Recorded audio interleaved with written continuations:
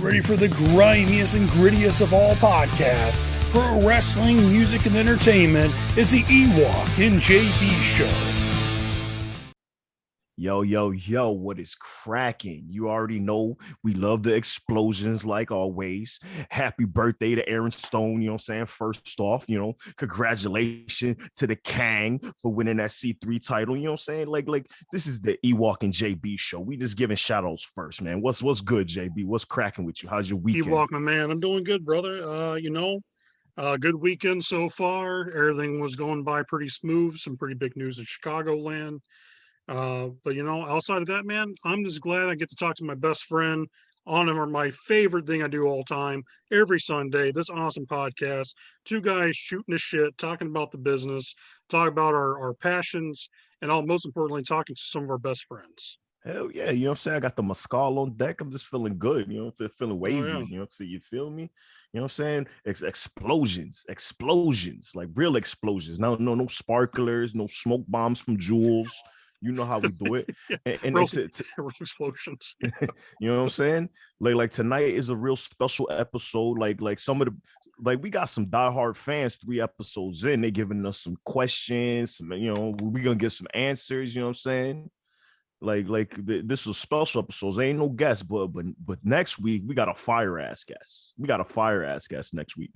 To tell them who that guest gonna be next week, Mr. JB. Well, so you guys tuning in next week. This guy does not do a lot of interviews. So who we got is Chicago wrestling legend, the Ice Pick, Vic Capri, is going to be on our show. We're going to talk about Windy City. We're going to talk about Japan. We're going to talk about the WWE. We're going to talk about his career. Most importantly, Vic dropping knowledge for all you young guys and girls in the business. Learn from one of the greatest wrestlers that ever walked out of Chicago. Hey, and coming from me, I'm gonna be on my best behavior. I'm gonna be as serious as possible because I like that's one person I need to pick his brain. Yeah, man. When I was younger, when I was in high school thinking about wrestling, there was I want to say it was a Sun Times article, might have been a Tribune article, highlighting Chicago's best wrestlers, and he was on that list. He was number one. He was on that in that paper. Yeah, and he was actually number one. Out of all the 50 Chicago wrestlers, he was actually voted number 1 best wrestler in Chicago. Yeah, and I don't know CM Punk of all people. Yeah, and I don't know if he reposted it or somebody else reposted it, but that article resurfaced via a group or something. And normally I like to keep it comedy, but this one, if the comedy shows up, the comedy shows up. But I'm gonna be hella serious picking his brain because. Hey, that's a legend. And then if anybody that's a rookie or anybody that wants to pick his brain, send me questions because I can add them because that's gonna be a banger of a show. I guarantee you. That's gonna be the banger of a show. We that's a legend. We literally have one of what I call one of the professors of pro wrestling sitting down with us and just dropping knowledge, telling stories and dropping knowledge. Dude. This guy's like a PhD in submission wrestling. I mean, literally, honest to God, if anybody has never seen Vic Capri, which is you have to be living under a rock not to be knowing who this guy is, watch his technical wrestling skills. That alone is amazing. Just because he can literally wrestle lucha, he can wrestle technical British style, he can wrestle the Japanese style. I haven't seen him do hardcore. I won't say deathmatch wrestling, but he's had some bloodbaths in his career. I mean, that dude's done it all, legit. The guy was managed by Sherry Martel.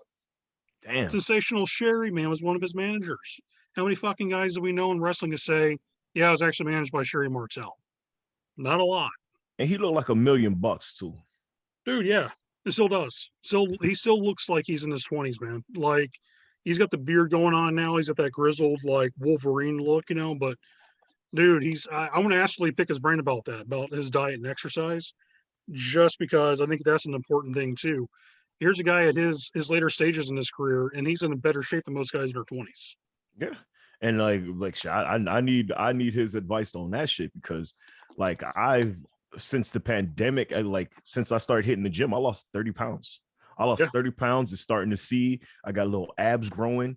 And like I Dude, like you're looking killer, man. You're looking yeah. killer, dude. Like you put in that work, man. And Seriously. I'm trying to finish that off. You know what I mean? I'm trying to finish that off with a little bit something sexy. You know what I'm saying? Take a little, couple Caucasian girls out. You know what I'm saying? You know how I ride. You know how I roll. You know what Some I'm snow saying? bunnies. Yeah, I'm single. I'm single, ladies. You know what I'm saying? I got a platform to say I'm single. I don't need no OK Cupid no more. Oh man, I needed this laugh today, man. Honest to God, thank you for making I'm me glad. smile. You know what I'm saying? That's what I'm here for. Every Sunday, man. I'm giving you everybody a laugh. You know what I'm saying? Drinking my skull, man. We might get drunk on this podcast tonight. Yeah, why not? You know what I'm saying? So outside of all of this, so we did have some Q&A questions from the Facebook post that we did.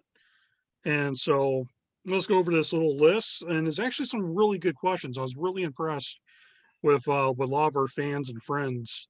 Want to know what was your opinion, my opinion on stuff. Jamie Salmons, who's an awesome wrestling fan. Oh man, I love big, that dude. Me too, man. Big shout out to Big Jamie. Jamie asks, what is your and Ewokk's take on all the different styles of wrestling, from Japanese strong style, lucha, and etc.? You want me to go first, or you want Yeah. to go first? Oh yeah. Go first, man. Obviously, when it comes down to styles, I love the King's Road style. I love the strong style. Anything like based.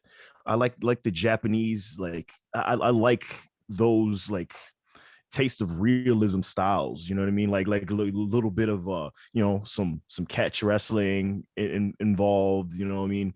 Like I kind of gravitate towards those styles. A little bit of old school like 80s wrestling. You know what I mean? Like a little bit of that. Don't get me wrong, I love the high flying lucha shit, but is this like that's not that's not my thing. I love watching it. It's amazing, but like me performing as a wrestler, those aren't my thing. But I am training that way though. There's people like Quinn Whittick. We're drilling and practicing that style. Like it's just like I still have to learn the trade. You know what I mean? It's just like that might not be the style that I perform in the ring, but I am, training those styles or trying to get a grasp for it, because like I could wrestle anybody. You know what I mean? Because it can't just be like, all right, cool.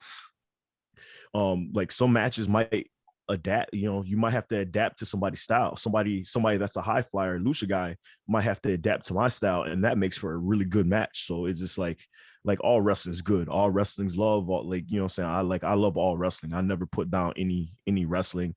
I like the hardcore shit. You know what I'm saying? Like ECW baby till I die. You know what I'm saying? It's just like I like the death match shit if it's formatted, and like I guess if it's like hella, like I like it all. You know what I'm saying? Like I can't down no wrestling. You know what I'm saying? Even like the little people wrestling, I love that shit too. You know what I'm saying? Like I don't care. If it's wrestling, I'm in for it. Good ass question, Mr. Jamie. Yeah, straight up. I agree too.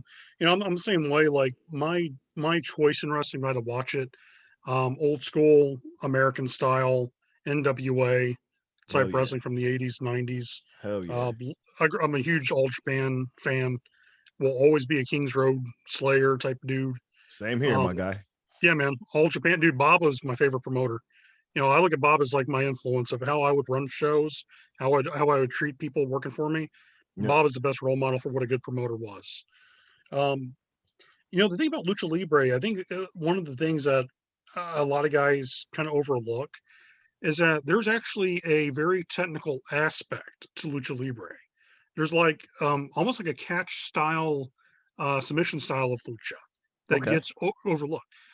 So any of you fans want to do your homework, wrestlers, take up your notepad and drop some names for you. Solar is a submission-based wrestler that does a very unique lucha submission wrestling.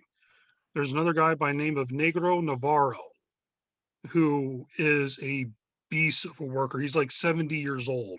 He can still tie guys in knots in the ring. Still can go. He actually had a match against Zack Sabre Jr. Oh wow! That dude, fans were throwing money in the ring Is it on after YouTube? the match was over with. Is it on YouTube? Yeah. Is it on something? Oh, Yeah. okay. Yeah. It's on YouTube. YouTube these guys. Hey. Hechicero from CMLL. He does like this, like a whole magician gimmick. But dude is a phenomenal technical wrestler. The Blue Panther was another one that's really good. And another guy that we're actually working with coming up pretty soon in Chicagoland, Skida Sr., Okay. the original luchador who helped train all the Shikara guys. Ooh. He was a big trainer in Chris Hero and those guys who wrestled for Ooh. Shikara. Ooh. Dude, he is a master of 1,000 holds. Like phenomenal technical wrestler. You know, so yeah, I think lucha kind of gets the kind of the weird image where people are like, oh, it's only flips, and I'm like, don't be wrong, you see that a lot with the younger luchador guys, Yeah. but there's still like a group of luchadors do submission wrestling, and then you look at our partners in Mexico with Guerreros Azteca and Lucha Libre Boom. They do that 1990s, 1980s, 90s style lucha where like you see somebody flying, but you see like bloodbaths, brawling in the crowd. Like it kind of has like that Mexican ECW like type vibe, Hell yeah. but it's really good stuff. Hey, I got some mezcal to that. You know what I'm saying? I only drink mezcal. You know what I'm saying? When I go to Mexico, like I need all the mezcals. You know what I'm saying? We need to get them as a sponsor, by the way. Let's go for that. Yeah, straight up. Let's go. By the way, I want to give a big shout out to some people who help us with our podcast. By the way, Johnner's Podcasting Network. You also listen to us on Anchor FM, Spotify. We're also on Pocket Casts, Radio Public, and Breaker, and a ton of others. And also shout out to our guys at Power 4 TV.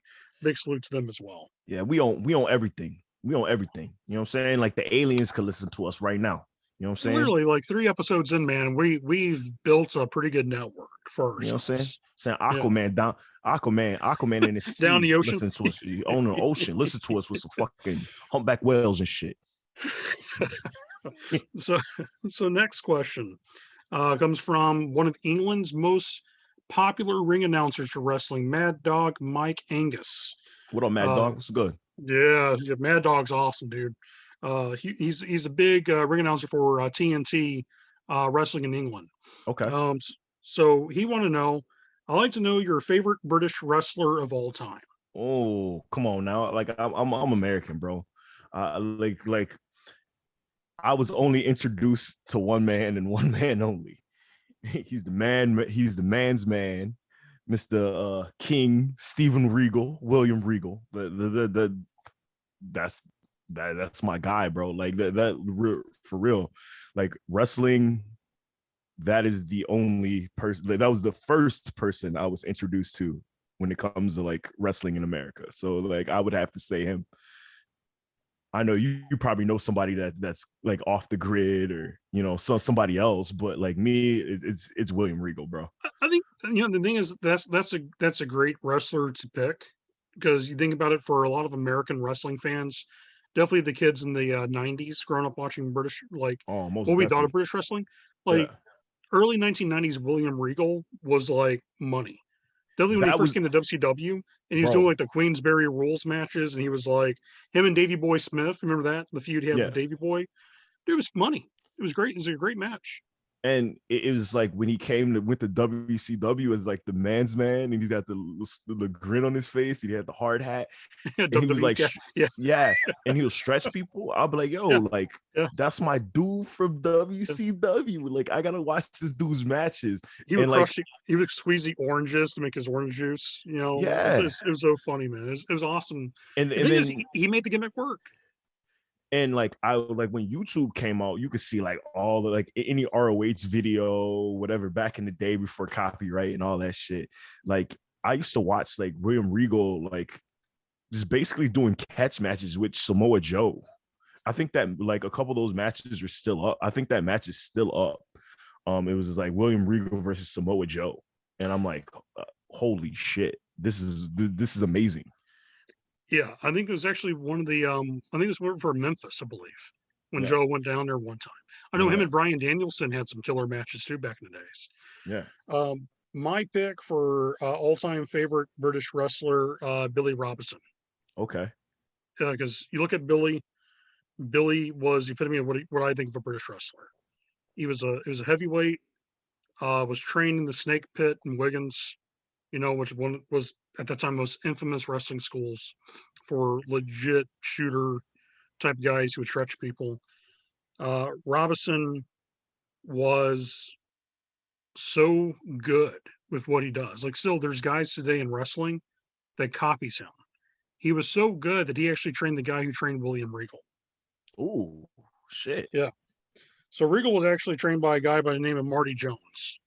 And Marty Jones is so alive. Marty Jones is one hell of a wrestler, a hell of a coach. Big shout out to Marty when he listens to this podcast. But he's a listener? Oh yeah, we'll have this up and post it in different groups. He'll trust me, he'll listen to it. Man, shout out to you, man. If you're listening to this, man. Huge, have so much tremendous respect for Mr. Jones. But yeah, I mean, Robinson also trained Sakuraba, the Gracie Hunter, in MMA. Wow. So like he trained this guy to literally take down Brazilian Jiu-Jitsu artists using catch wrestling. And when the AWA started, Robinson was Vern Gagne's right-hand man and everything he did. So if someone got out of line, even though Vern can stretch you from eyeball to elbow, it was Billy Robinson being the policeman, taking care of everything. Guys were legit. There's a lot of people afraid of Robinson for a reason. I know that he was actually blackballed by the NWA for the heavyweight title. Like Lou Thesz, as much as a lot of guys like to give Lou Thesz credit for being how tough Lou Thesz was, there was two guys that Lou Thesz really did not want to wrestle, nor did he want to give a title shot to. Karl Gotch was one of them, the father of Japanese wrestling, and the other one was Billy Robinson. There was two legit hookers that he did not want to wrestle. Oh, wow. So yeah, to answer Mike's question, from Ewokk is William Regal, which is a great pick. And then for myself, Billy Robinson. And both, if you young wrestlers out there watching, YouTube, you got it in your hands, got it in your phone, tablet, watch these matches, study and learn these tapes. These guys were the best of the best at what they did. Next question actually comes from our good buddy and the play-by-play man from Chicagoland Championship Wrestling, Big Steve.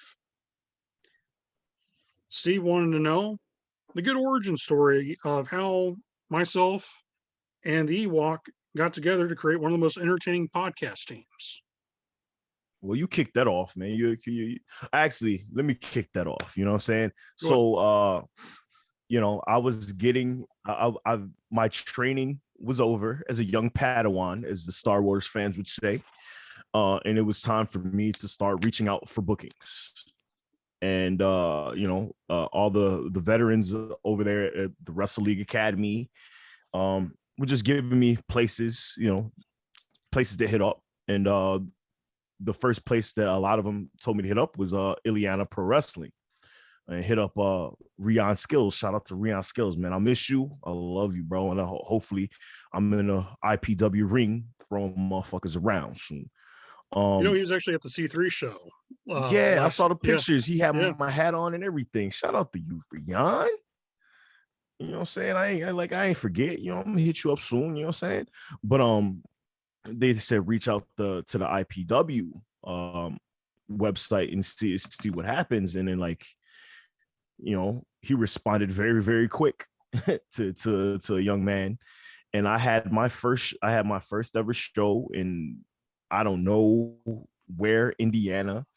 Cedar Lake, actually. Cedar Lake, Indiana. Yeah. Just learning mad experiences, mad situations. And he was like, hey, I know this is your first, outside booking, but are you able to wrestle 3 matches in one night? Yep. Pro wrestling, like somebody, the man that traded me, Warwick Stevens, he said there's no such thing as a no in wrestling. You know what I'm saying? So like sometimes you just gotta say yes. Like there's certain situations that come in wrestling where you have to say yes. And Rion, as a promoter, he was like, hey, can you wrestle 3 matches? And I said, hell yeah, let's go, let's get it cracking. And not knowing, The person that is announcing us into the ring is Mr. John Bullard. I thought he was just a regular ass fucking announcer and shit. You know what I mean? It was like, this, you know what I'm saying? Like this guy, you know what I'm saying? And then the next show, he pulls up as a motherfucking, as a wrestler. And I'm like, okay, the ring announcer wrestles. I was like, yo, like this is dope as hell. And next thing you know, not trying to cut you off. Funny story I want to add on. Funny story I have to add on to this. So that night, Rion didn't have a ring announcer, and I was wrestling Beast. And anybody hasn't seen Beast, Beast is literally like modern day Abdullah the Butcher. Yes, like he's 400-pound big dude, but he can move. And I was like, okay, Rion, I'm wrestling Beast tonight. He's like, yep. And you're also ring announcing. And I was like, huh? Like, how are you working this? He's like, we'll just have you ring announce from the back and you do what you need to do. So literally, as I'm ring announcing, like everyone coming out, it was my time to wrestle. So Beast came out first. I ring announced him. Then I end up ring announcing myself to the ring, which is the funniest thing ever. Thinking back in my head, like, wow, not many guys will ever get the chance to say that.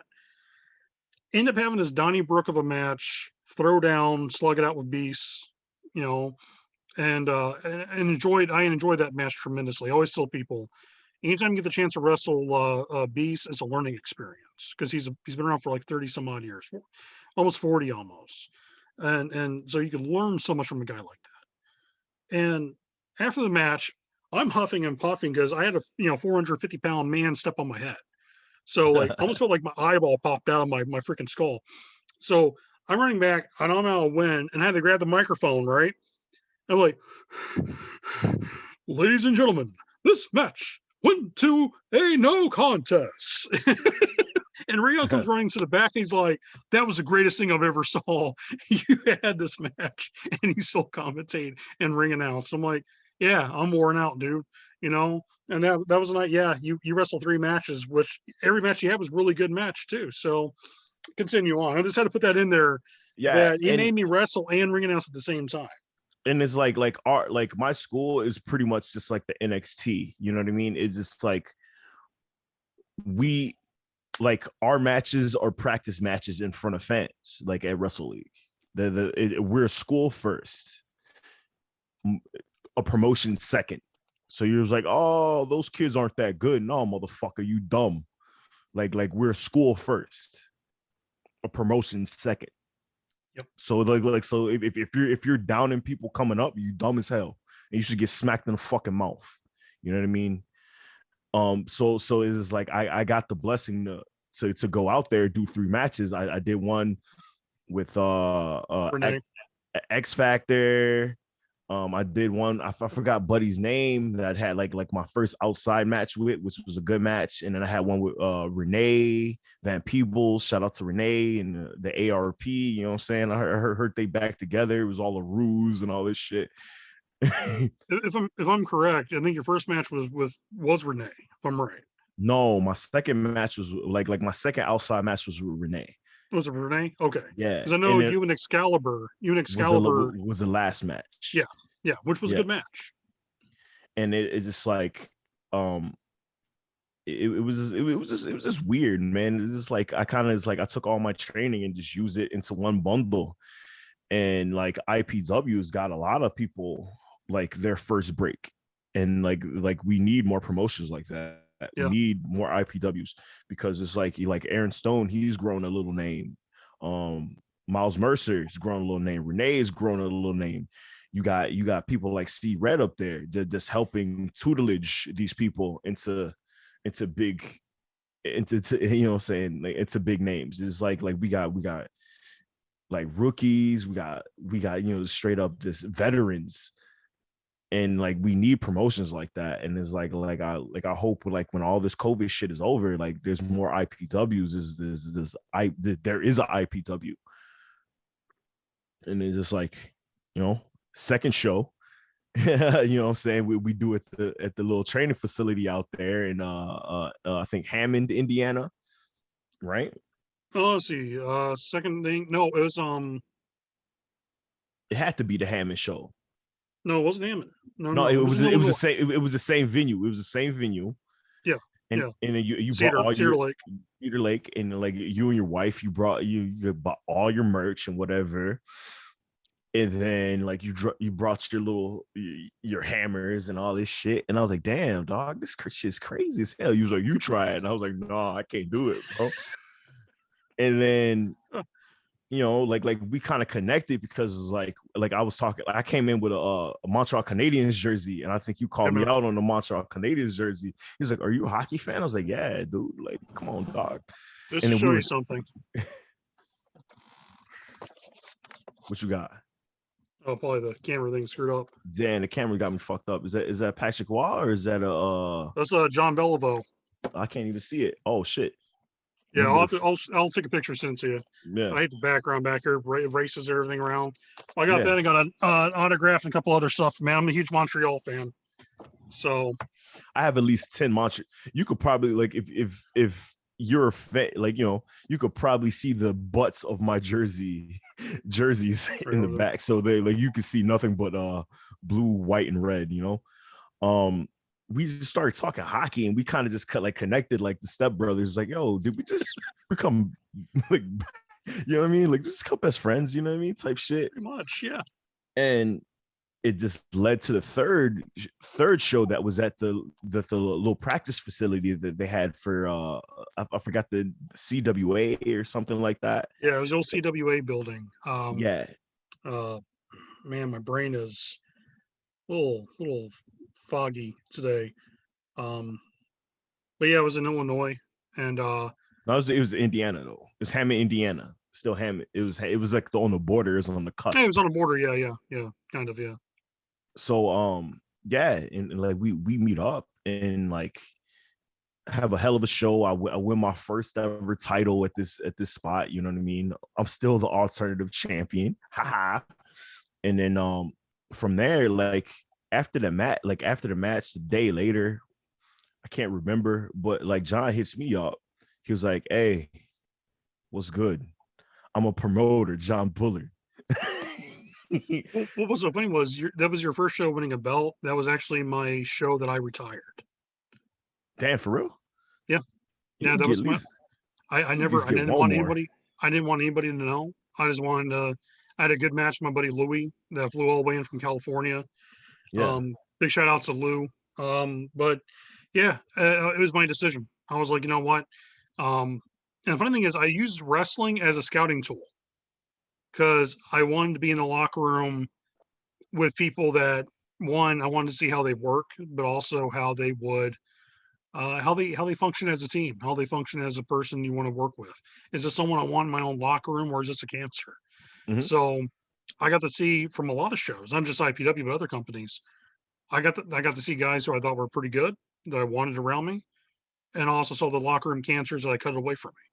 So, yeah, it was funny. Right after that, I was like, "Yeah, speaking of locker room cancers, yeah, but speaking of locker room cancers, there was a dude, IP like the first couple IPW shows, like people tell me this story all the fucking time. They're like, I ain't even gonna say no names. Like, if you think it's you, like, obviously, if you hear this, you know it's you, and you can DM me and I can smack you across your fucking face. But there was a dude where like that would come to shows and heckle people as a wrestler. You know what I mean? Like just straight up try to hijack a show just to think he funny and shit. But he a fucking loser that get paid fucking $8.50 an hour. I ain't got nothing against what you get paid, but you know what I'm saying? Like you can't. It is what it is. Like, look, you can't be doing that shit. Like when people trying to come up and just heckling people because you didn't get booked on that show. Fuck you. You go fuck yourself. And then also the same person that was booked on the show because they squash beef. Always squash your beef, and then comes to the show, squashes the beef, and then tries to fight the promoter that he squashed the beef with. You know what I'm saying? That's some shitty shit, man. Yeah, and then tries to get all the rookies and students to jump ship to his brand. You know what I'm saying? No, I don't fuck with you. That's why you don't DM me. You don't like none of my shit no more. You know what I'm saying? Like you already know who you are. If you want to come at me, you know where I practice at, you know where I stay at. You know what I'm saying? You got kids. That's all I gotta say. But it's just like you have people like that shouldn't be in locker rooms, shouldn't be booked, and then they complain why they're not booked. They complain why they don't get opportunities, because everybody know people talk, bro. People talk. Like I've been around the world. Not yet. I'll put up 3, but not yet. I've been around the world in 2 things. Talk all the shit you want about me. If you've been around the world in one thing, I might give you a round of applause. But if you've been around the world in 2 things, I'll be like, all right, cool. All right. Salute you. If you get 3 on me, hey, I'll give you a hug, man. I'll be like, I'll stop talking shit. But if you ain't been around the world, if you ain't even been around the country, I've damn near been in every goddamn state rapping. I've been in every goddamn state playing lacrosse. Like, you ain't got no shit to talk about me, man. Like I don't like people, like, you already know who I'm talking about. Like, you know what I'm saying? If you think it's you, it's probably you. Like, if you know where I practice at, that's all I gotta say. You already know where I practice at. Like I don't like people like you in my business. In anything that I'm doing professionally, I don't want people that down people, talk shit about people, trying to get people under their wings so they could bring them down. I don't like people like that. I don't either. Especially when it comes to professionalism. Especially when it comes to people trying to get up, people trying to come from the hood, trying to come from like abusive families, trying to come up. And then you're trying to bring them down with your fucking negativity, trying to fight people, trying to fight promoters. Fuck you. I don't even know what I was supposed to say next, but I felt like that needed to be said on this podcast. Need to be said, man. Yeah, because I have this platform where I could call out the bullshit, because it's like I don't even gotta say names, because like if you know I'm talking about you, you know I'm talking about you. You feel me? Like I don't want to fuck up people bookings, but like at the same time, if you know I'm talk about you, hey, we could sell it. I get my ass beat, I get knocked out, but I don't care. I don't give a fuck. Like I love this. I love pro wrestling. I love beer pong. I love I love lacrosse. Like I love rapping. And it's like, hey, if I lose in a fight, I lose in a fight. It's like I just gotta call out the dumb motherfuckers, the bullshit motherfuckers that people still co-sign for. You know what I'm saying? Like you losing, the people that co-sign for these people, you already losing because you co-sign for those people, because you don't get opportunities because you co-sign for that person. Like real shit. Because if the people that are complaining online that they don't get opportunities, you gotta look who you co-sign for. Because if you stop co-signing for that person and you wind up on MLW, damn, that motherfucker gotta go. Yeah, like I said, I don't even know what I gotta say, because like I felt like there's the opportunity to say some shit. Well, you know, the thing is, man, the world of pro wrestling, where I think a lot of young wrestlers and some veterans make this mistake. Promoters do work in circles with each other. A lot of promoters do reach out to other promoters. There are promoter groups that promoters are part of that they will talk about, hey, what's your take on this guy? And you'd be surprised how many people say locker room cancer. You don't want that on your show. These problems. And the thing is, yeah, I can understand someone make a mistake, but when you purposely go out of your way to sabotage a show, you go out of your way to hijack a show, and fight the promoter. Try to fight a promoter, or even worse, man. I'll call this out. When the guys always go online, and this is not for anyone particular in Chicago, this is just wrestling in general. When someone say, "Yeah, I got a beef with so and so," and the thing is, a lot of times they won't even vaguely even say who it is, like, but then they always challenge a guy to a fight. And to me, and like with you actually talked to the person that you had beef with. Like, yeah, they know.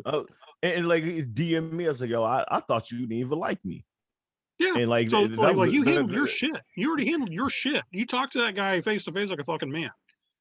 But there's a lot of guys who won't do that, though. There's a lot of guys who will have petty ass fucking heat with someone. And all the thing is, and boys and girls, listen to this. All it takes is 5 minutes out of your time. Message the person you have a problem with. Hey man, can I call you? Can I talk to you? I want to get this off my chest. We could squash the heat right then and there, and we go on being professionals. You'd be surprised what 5 minutes talking to each other can solve. Then, trying to throw down hands. Here's the problem about guys wanting to shoot on someone in the ring. 99% of the shoots that happen in wrestling are god awful. Most guys can't really shoot. If you're going to throw hands to somebody, be prepared that sometimes guy you might think will throw hands back will throw hands heavier. Listen, fight or flight. Listen, I've always had a saying. If you want to fight in high school, I've always had a saying. If you want to come to my house, everybody knew where I live because I was the party house. So if you know where I live, you want to come to my house to fight me, I know where the weapons are. Yeah. You know what I'm saying? Like, yeah, don't give me like I lived in Rogers Park. I played lacrosse. I played hockey. Don't get it twisted. Like, I was raised by a straight up person that was like, yo, you get punched in the face, you get knocked out, you get back up and fight him till you knock him out.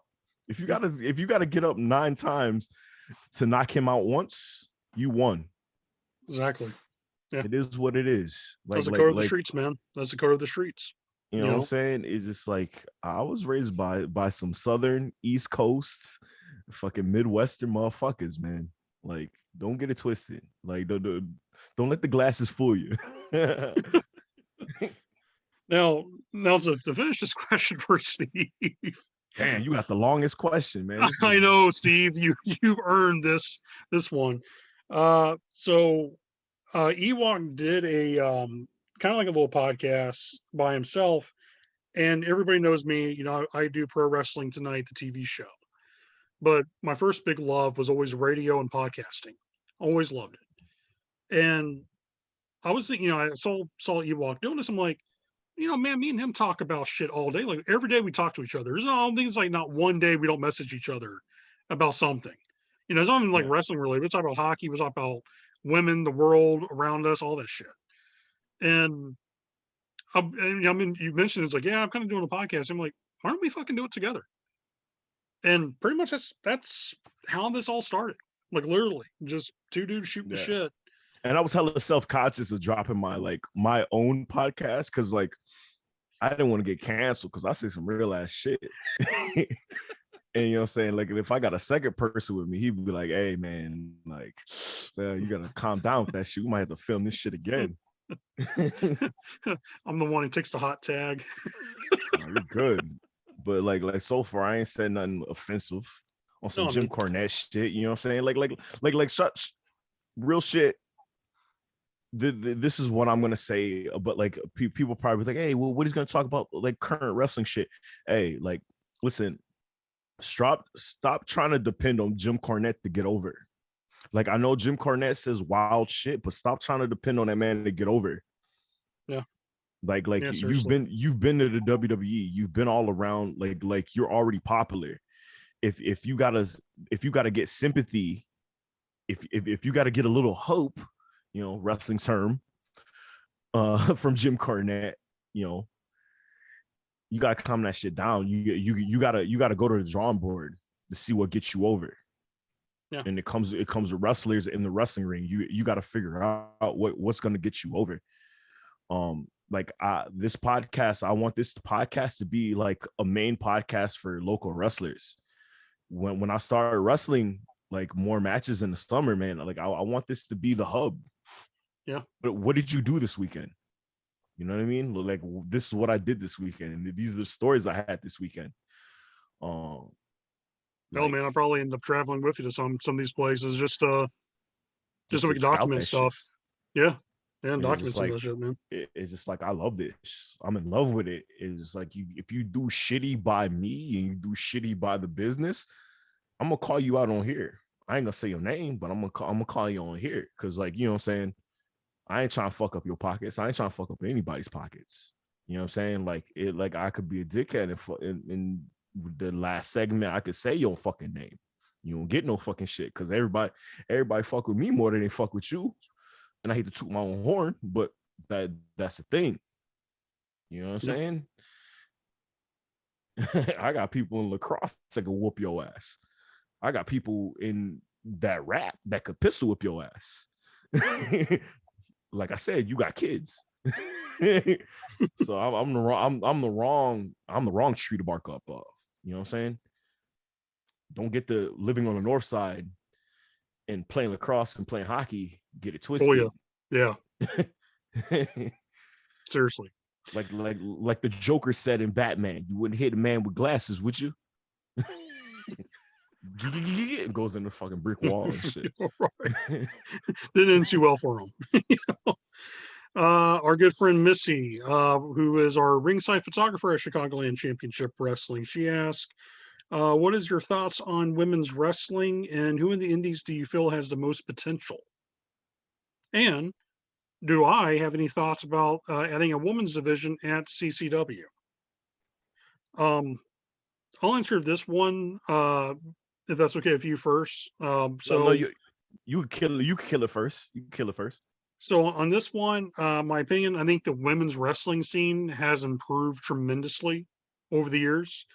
I remember back in the early 2000s, we started seeing bits and pieces of what would become the revolution in women's wrestling today. But unfortunately, there were still a lot of places that did cat fights and the hair pulling and stuff. There were some women that weren't properly trained because they were like, wrestlers' girlfriends. But now more and more, you're seeing women wrestle like 1980s, 1990s All Japan women's style Joshi type wrestlers that are really good. I feel like there's so many talented females out there. I can name 2 women right now off my head that I feel like has a world of potential to be the next big signing for women's wrestling. Chicago has a girl named Sky Blue, who is a fantastic wrestler. She's really good at what she does. She's young, so she has all these years ahead of her as she stays in the business. What I found out about her and what I like about her as a person, she's very down to earth and very approachable to work with. So I think she's going to go places. And another one is Janaya Kai, Yoya's better half. She's the real fucking deal, man. Like legit martial artist, not afraid to get hit, not afraid to wrestle guys. She wrestles like a guy, So kick you in your fucking mouth. Yeah, she's legit. Like she's a legit badass. Like straight up, like out of almost all the girls in wrestling, she's one of the few that can legit roundhouse kick and knock someone completely out, man or woman. So that's my 2 favorite picks right now, currently in women's wrestling that I've seen. That I think that has a tremendous upside to them. Now, do I believe in adding a women's division? I definitely probably see maybe in season 2 or season 3 of Chicagoland.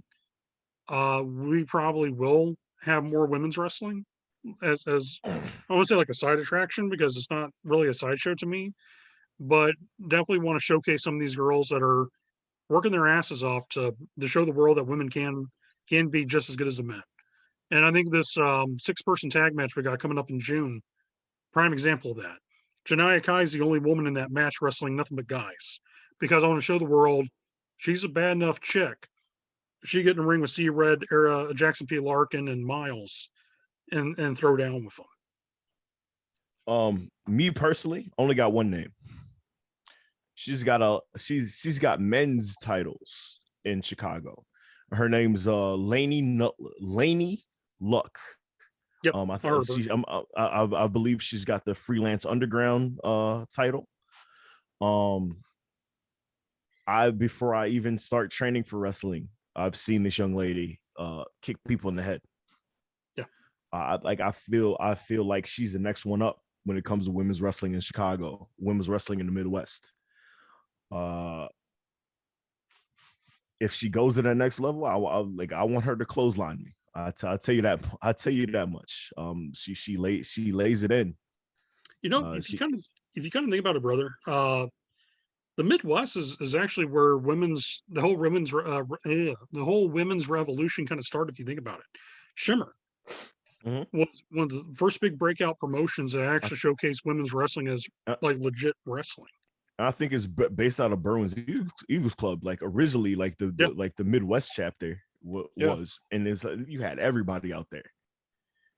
Yeah. Dave Prazak running it, and Allison Danger was a big part of that revolution.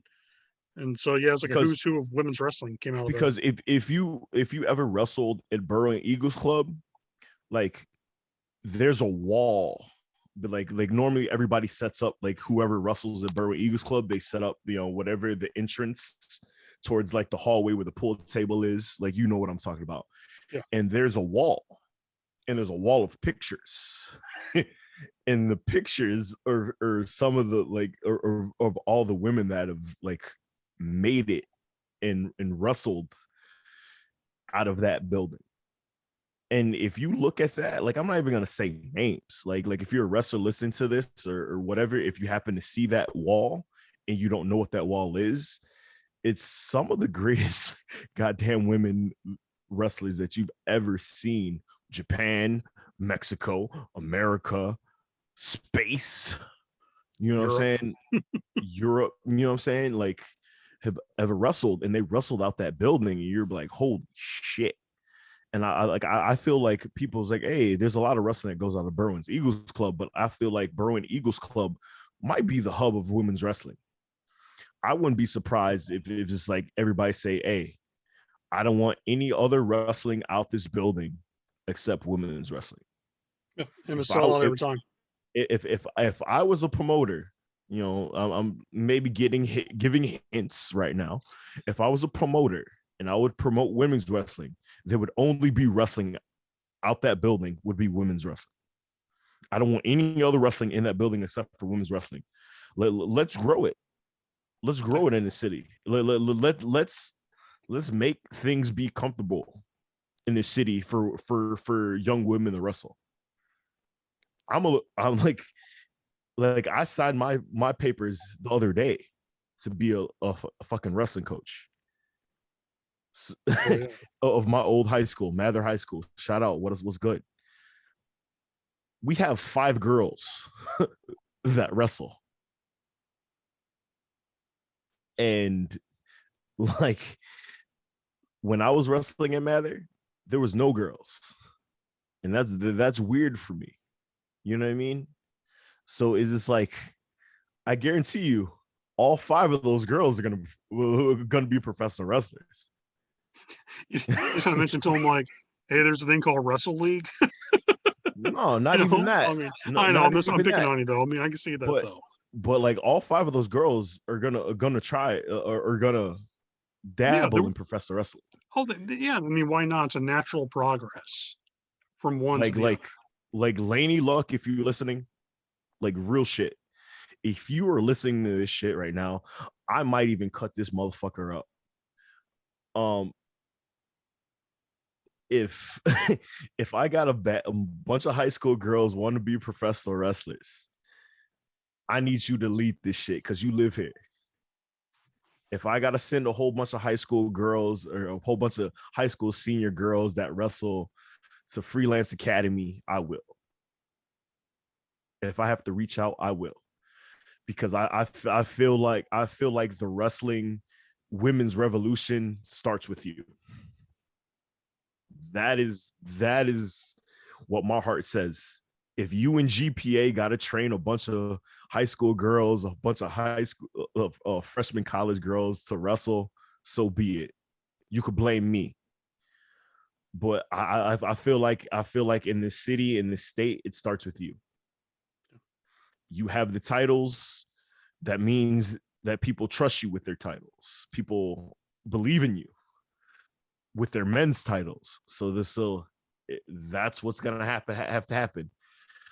And AKA, this is a long ass segment because I got a lot to say, and there's a lot I have on my mind, and there's a lot that I want to post on Facebook because it starts with you.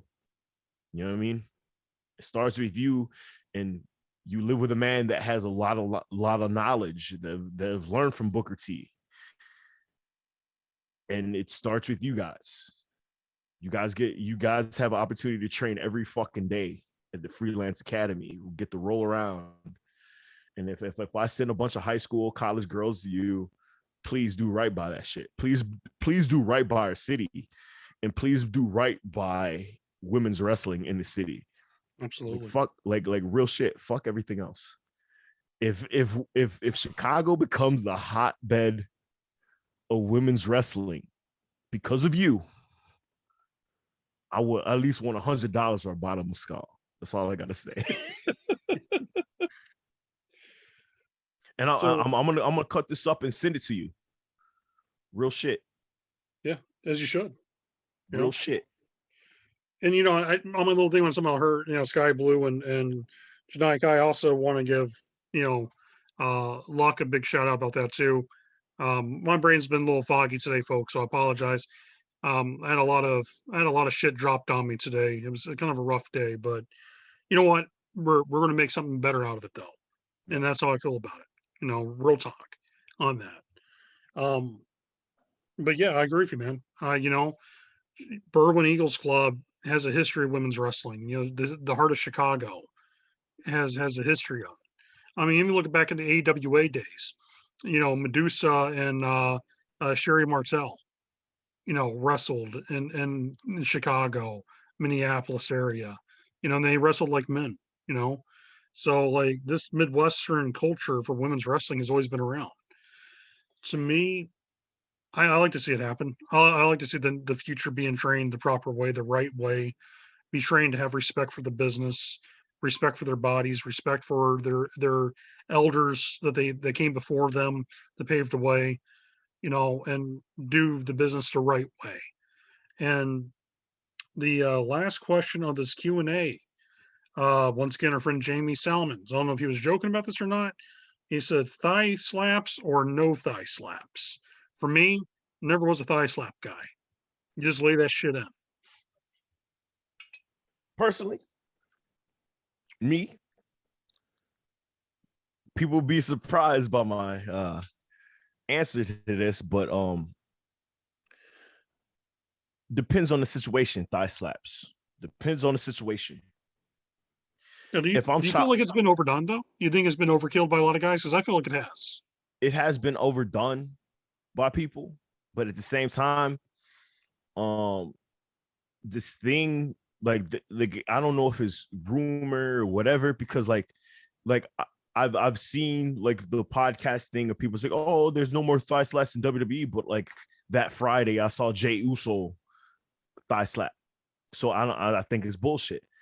Look at Adam Cole. Adam Cole's a thigh slap king. You know what I'm saying? Like, Adam Cole, we the same size. You know what I'm saying? So you say 6 feet. It's there's people that do it correctly, and there's people that do it wrong. I've seen shows where people headbutt and thigh slap. I've seen shows where people elbow and thigh slap. I've seen people chop somebody and thigh slap. So do it correctly. Just do like I said earlier, do right by this business. Do right by what you love. I'm for it. Like I'm for it correctly. I'm not for it if you have to headbutt somebody in thigh slap. I'm not for it if you elbow somebody in thigh slap. I could get a sound out of an elbow in the middle of a match that sounds like a thigh slap, but it ain't. I was in Tennessee and elbowed a motherfucker, and people's like, God damn. You killed him. Yeah. And I didn't thigh slap because it was like, if you're a wrestler, you know what I'm saying, you're perspirating. When somebody's sweating, for the wrestlers, and for the wrestlers listen to this because this is more based towards you than actual fans. But if you're sweating, you could smack a motherfucker and somebody in the 15th row could hear that shit because somebody's sweating. You could elbow somebody and somebody in the nosebleeds could hear that shit because you're sweating. So it's just like, fuck all the Canadian destroyers in the first 2 minutes. You know what I'm saying? Like let's let everything register and simmer for a little bit. Yeah. Great. Let it seem like a fight, and then do your thigh slaps. It's like, all right, cool. I can understand it.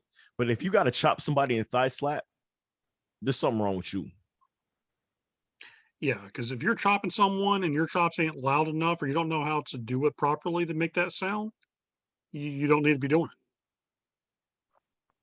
That's how I feel about it. I mean, it's not, it's a chop. But yeah, the sweat is actually good. The funny thing is about wrestling, sometimes the little things gives that visual to it. Like I remember one time, J.R. Rock, who I used to team up with, he wrestled this kid once, and the building was ultra hot. No AC. Did he wrestle in ROH? No, you're thinking about J Rock. I'm talking about J.R. Rock. He's a Kentucky worker. Okay. But this kid was drenching sweat. JR puts a boot to him. He bends down, and when he forearms his back, you see a cloud of like sweat just fly everywhere. That's where I'm gonna have to stop you. If like a lot of smart marks, a lot of people that want to think they wrestled in high school and catch wrestling and all this shit that watch New Japan, when Okada goes for his Rainmaker and nobody drops for it, because I'm a film student. I know what it is with lighting. When he makes that, all the spray and all that shit comes up, mist. That's really good lighting, and that is really good. They know what they're doing. That's what I was talking about in beginning of the segment when we were talking about. That's the perfect time. Is like somebody's body will make that sound more than you slapping your thigh. Yeah, big time. If it's time for me to smack the dog shit out of you, your sweat will make that appearance. If things is made, if I film it the right way, or the cameraman is filming it the right light, the appearance will make that sound. And what I'm saying, like perspiration will make the sound for you. Like, oh damn, this motherfucker. Like, there's a lot of people that you might wrestle that might sweat within the first 2 minutes, like crazy. It was like, all right, cool. I see something. A little psychology for you fucking guys. Like, if you know, like, if you see somebody sweat within the first 10 minutes, all right, cool. I know we got professional ass cameramen. I'm gonna chop this motherfucker because I know this cameraman's gonna catch that. Yeah. And I know it's gonna make this sound if I smack this dude the correct way. Yeah, and that's what it was when JR put the forearm into this kid's back. That sweat flew up in the air, and like it was like a giant cloud. It was awesome, and everyone in the building could see it, and so they knew like this kid just got laid into. And then another thing also helps too, guys having long hair have a blessing. Oh, bro. Because when you're getting punched and your head's going back and your hair's flying all over the place, it looks great. It's great visual. To me, like I always look at this like, I wonder why I want to see guys with long hair. Like, I want to shave my head or cut my hair. I'm like, why? Yeah. Shout out to Quinn. Speaking of long hair, shout out to Quinn Whittick. Quinn and Johnny and I. You guys have great long hair. And this is a long hair conversation. I'm getting a little tipsy off the mezcal, so I don't know what the fuck I'm saying. You know what I'm saying? Between two bald guys, we're giving praise to long hair guys. Yeah, I'm bald as fuck. I got the Arnett. Fun story. This is why my finisher is, the fucking spine buster, because like I got the same little Arn Anderson bald spot, and I got the glasses. I know me and Arn Anderson got the same stigmatism. Arn, keep me on AEW, dog. I see you.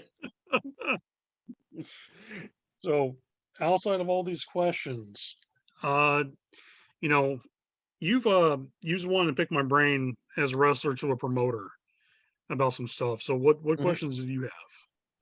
What pisses you off as a promoter? Because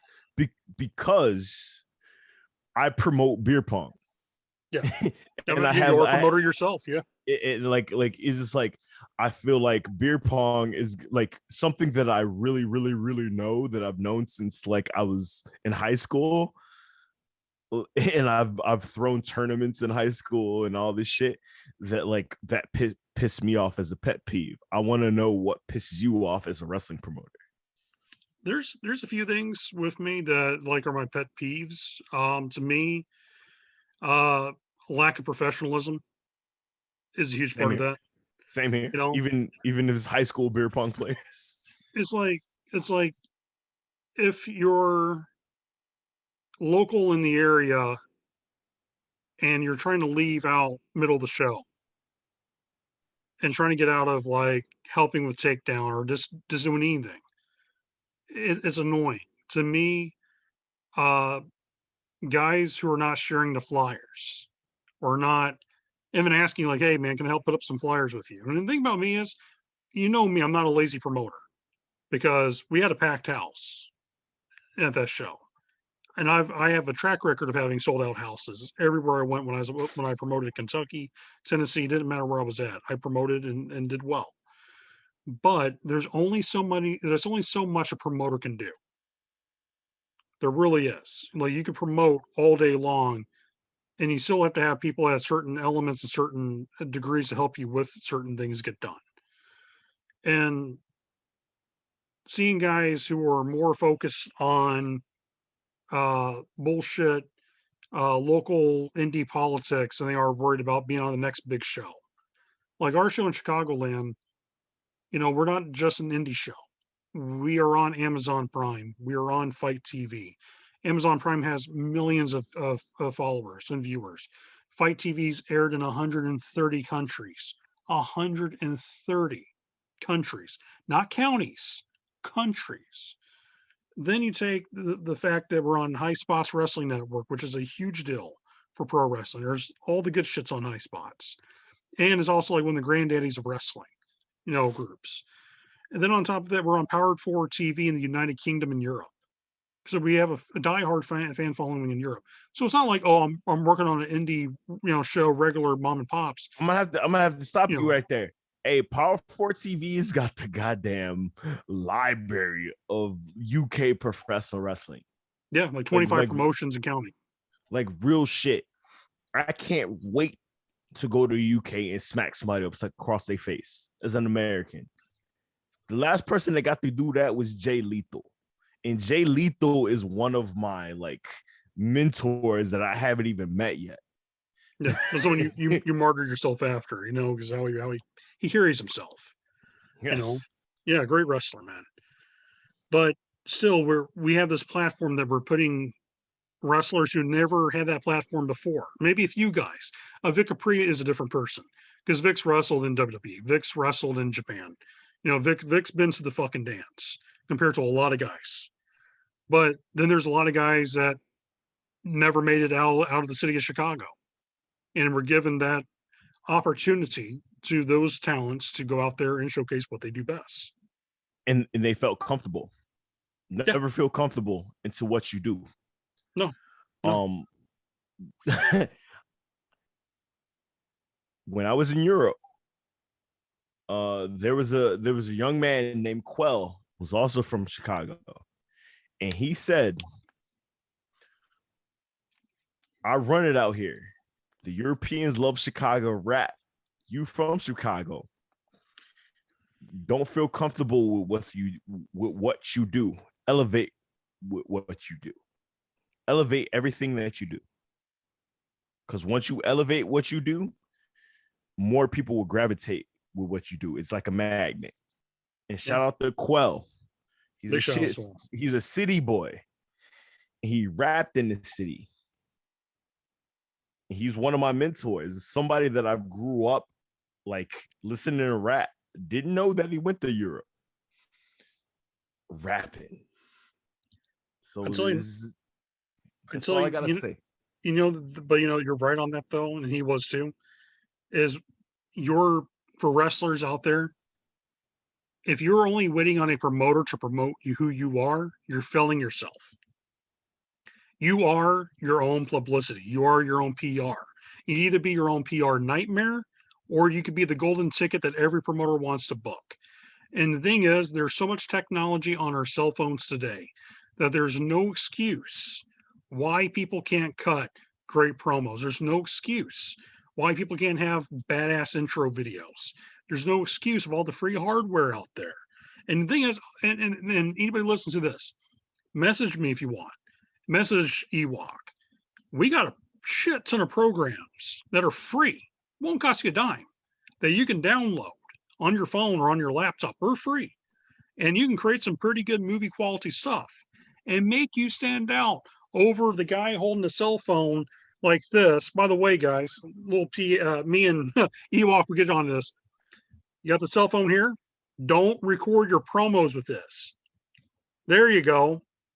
That's the way you're supposed to do it, ladies and gents. Straight up, man. I went on tour with a phone. I did like my last tour when I went for Europe. When I did I might post it again. I did it with a phone. I didn't do it with no camera. But I did it all like this.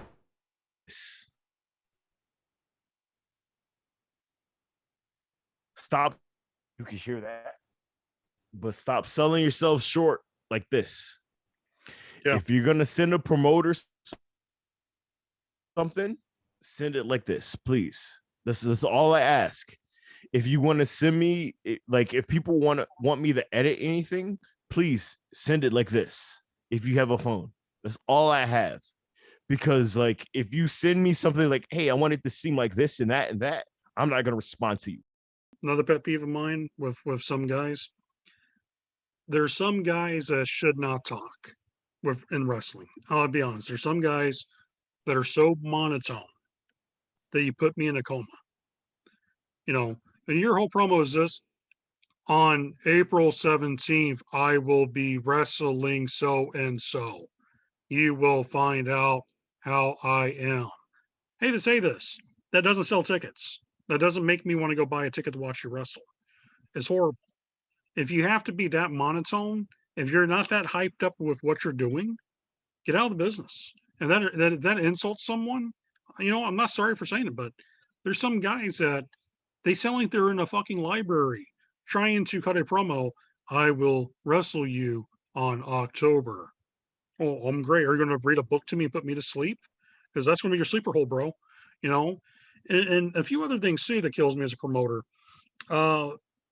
Guys who will take a booking and then decides to no-show the booking or take another wrestling booking over the booking that they already gave their previous commitment to. That is probably the biggest cardinal sin. And I feel bad for a lot of guys when they go up to bat for their friend and it's like, hey, my friend's actually a really good talent. Can you give him a chance at the show and see what they can do? You give him a chance, right? And then a month or two before the show, 3 months before the show, even a day before the show, oh, hey, I have to cancel because of this and that. And there's always some lame-ass duck excuse. Always is. And you're like, okay, you're getting the chance to be seen on all these platforms. You're getting the chance to be seen by all these people worldwide, all over the world. Get your name out. What every wrestler wants to be known. Oh, I want to be world famous. Okay. Well, you have a company that's trying to give you a chance to be world famous, and you find a way to skip out on that booking or no-show it. Well, as a promoter, why should I ever give you that chance again? Why should I give you the opportunity to be presented on all these networks when there are other people been knocking on the door? I will say this, since I started this company, and other promoters will also vouch on their own companies, we will get emails every single week from all these guys. And for my luck, I have to say, I've had some really good world travel talent ask me for bookings, and I had to say no to them because I gave other people a chance. Certain people, I would be honest with you, I'm kind of glad that certain things have happened and certain people are no longer part of certain things, because it gave an opportunity to someone who wants to be there, gave the chance to someone who was hungry to prove that why they should be at the level they're at now compared to someone else. And that's a lesson to all of you wrestlers out there and managers, commentators, anybody in the business. You are replaceable. And that's not me being a dick. This is something to help you all out. If you think that a promoter has to bow down to you and cater to you, I have to tell you this. The day you trip and you fall, there's 100 motherfuckers behind you that are going to step on you to take what you have. Straight up. They will step on you, on that corpse, walking over you, wipe their feet while they're doing it, and have the hand out, hey, sir, I heard he failed. I like to have that booking. And that's how the business is, folks. If you think that you're not replaceable, any promoter will tell you, okay, kid, I'm sorry you don't want to be here. All right, well, have a nicey. What's that? Oh, your 5 other friends wants to take your spot. Okay, well, see you later. Everyone's replaceable in wrestling. Everyone. And that's including, and I say this even about myself. When I was working, I was replaceable because even though I brought professionalism with everything I did and I brought knowledge, it was up to that promoter who they wanted. It was up to that booker who they wanted to book. So if you're wanting to keep your job, you're wanting to be smart with what you're doing, you want to get your name out, show up, put in the work, ask the promoter what you can do to get your name out, ask the promoter what you can do to make the show better. And most importantly, advertise and market where you're going to. Because you think about this. If you don't tell people your next show, if you don't tell your fan base, your fans, your friends, family, co-workers, don't matter, whoever wants to buy a ticket, the more tickets you can sell, guess what? You can actually ask that promoter for a little bit more of a better payday than $20 and a goddamn hot dog and a handshake. Just saying. If you're a proven commodity and you're proving that multiple shows over, people show up to watch you wrestle. You can make money. A smart booker and a smart promoter will book you because you're making them money. And they can turn around. Let's say you sell a ticket for $10, right? You take $3 out of every ticket sold and build up on their stuff there. Bam. More money for them, right? Then you turn around and you got the merchandise table. You got that merchandise table. The other guys, listen to Ewokk when he sells you this shit. We need that merch table. That's more money in your pocket. Hell, man, CCW, you walked away with about $200-300 that night in merch alone. 325. That's more money than most guys make in 10 bookings. You did it off of one night at your merch table. One night. You made that money, folks. This is the gospel. I'm going to be on my pulpit for a little bit and preaching on this stuff, but this is me trying to help you out. This is me kind of frustrated and pissed off at some stuff, but this is me wanting to help out the future. This is me wanting to help out. Every time I get an email, why can't I get booked? Well, okay, let's talk about why you're not being booked. I'll be honest. I ain't going and this is me just trying to help out the world around us. If you're feeling like you're not getting booked, sometimes you got to look at yourself and wonder, what are you doing? What is your presentation? What makes you stand out compared to the other guy? What type of gimmick do you do? What type of character do you portray? Is it something who are you that pissing off? Yeah, or sometimes it might be surprise. You might be pissing people off. Sometimes, guys, when you message promoters, if you don't know the promoter or booker, don't message and go, "Hey, bro, I want a booking." You'd be surprised. Most people are like, "Yeah, okay." If you're not professional enough to say, "How you doing, sir? Here's my resume," I don't want to book you. Prime example of this, of a guy who got a job because his resume was fucking amazing. Paragon hit me up, and he had the most professional looking resume of most guys I've ever came across. I mean, dude, he had this whole thing looking like a voucher, like a brochure of why you should book Paragon, why Paragon is worth his dime and his money that he asked for. And it impressed me because I learned who his teachers were, who his references were, companies he worked for, and all this. And he also sent me a video. He sent me a video of an introduction to him. What's the best way for a promoter to get to know you? Introduction. This is who I am. This is my character, my gimmick. Here's a clip of my wrestling. Here's my best moves. Here's me selling. Some guys make the mistake, these highlight videos, they don't post what how they sell. Well, how do I know you're worth booking if you can't take an ass whooping and fire back, And that's a big help. And Paragon had this complete package, man. Right off the bat, I was like, okay, you're professional enough to come up with this. I want. This is one of those guys I want on my shows. This is one of the guys that he's professional. That's what I'm looking for. And but there's so many guys, man, they don't know how to promote. You can tell like they're not from the right proper wrestling school, that they don't know how to approach a promoter or booker. They don't know how. I've had to teach. I found a group of young kids that are talented, but they've never been given the proper tutelage of business aspects. And I'm gonna take And a I've asked them. pause. I'm gonna take a quick pause. I gotta take a piss. Okay, let me pause this real quick then.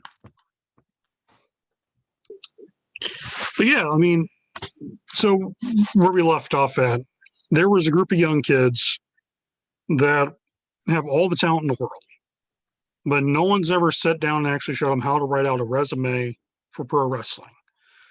So I actually went on my way and taught a group of these kids how to put a resume together. Teach them this, because if someone doesn't teach them, how will they ever know? And it's sad when they don't even work for me. They approach me for work. I turned them down, not to be like a bully about it, but I was like, give it time. You still got a lot of growing to do, but I wanted to still help them out. So a proper resume, young men and women, will help you get your foot in the door a lot easier than, hey, bro, I want a booking. That makes me just want to like scream at someone for not properly teaching etiquette with this. But yeah, man, my biggest pet peeve of all this though is guys canceling their bookings or guys making bullshit excuses on stuff like, oh yeah, the booking there, I kind of forgot. Today's my wife's birthday. I was like, really? You took a booking 6 months ago, and you didn't know, you can't remember your wife's birthday then? I was like, okay, and you're going to cancel the day of the show. Any promoter out there, someone does that to you, don't book them. They're not worth it. They're not professional. If they ain't professional enough to show up, they ain't professional enough to work for you, and they ain't professional enough to be in this business. This business is called professional wrestling, and it's called pro wrestling for a reason. And people have to start treating this business as a business itself. Some guys treat it as a hobby, and I understand, hey, some guys are the 40 milers, the 9 to 5 guys. I don't hate someone for doing that. But for a lot of guys who are always saying, I want to make a living doing this, or I want to at least travel the world doing this. Well, you're never going to travel the world if you can't make your commitments. How and why would anybody in Japan or UK want to book you if you can't make a local promotion show 20 minutes away from your house? Why? Why the fuck should we book you? Why would anyone? It's like when guys hit me up about my international partners I have in Mexico and Asia and Europe. Hey man, I want to work that show. For one, you don't work for me, so why should I fucking give you a chance over one of my homegrown guys who've been working his ass off for this? Two, why don't you actually make the connection yourself? Reach out to them. To me, there's just so many people, man. They don't want to put in the work. They don't want to pick up that shovel. They don't want to start digging. They don't want to start working their ass off to get where they're at.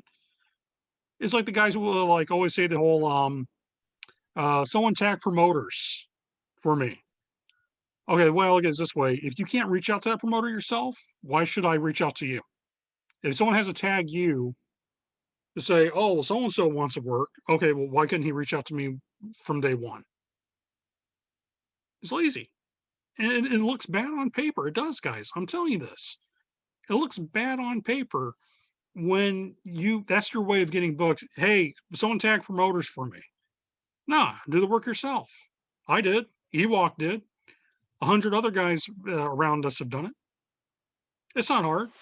It's not hard to put in that work. Just take some time. 5 minutes out of your day. 5 minutes, ladies and gentlemen. 5 minutes. All it takes every day to go on social media, instead of worrying about posting about cat videos or posting crazy political rants and stupid shit. Spend your time marketing yourself. Spend your time creating your own Facebook page and account and hustle while you're getting bookings. Go out there and make sure you get into as many card loads as you possibly can for an opportunity to get your name out. And if you can't do that, then you know what? Be a 40 miler. But don't complain to the guys who go out of state. Don't complain to the guys who travel out of country. Don't complain about the guys who go and they do tryouts because they're trying to get their name out there. They want this. They want this the worst way. Those are people I want in the same boat with me. I want the people who are thirsty for this business. I want people who are willing to make the drive, make the sacrifice, make the redemption of their life to go out there and be part of this business and make something out of themselves. And most importantly, leave the business in a better place. In the end result, that should be our main goal for all of us, is when we leave this business, it's in better hands. And it's a better place for the young men and women who now have a proper education. They have a proper place to go to. They have a proper group of veterans they could work with that will guide them and teach them the right way of doing things. That's my rant. Shit on that. We about to end it. You know what I'm saying? Ewokk and JB. I'm gonna have to hit you with the peace. Peace out.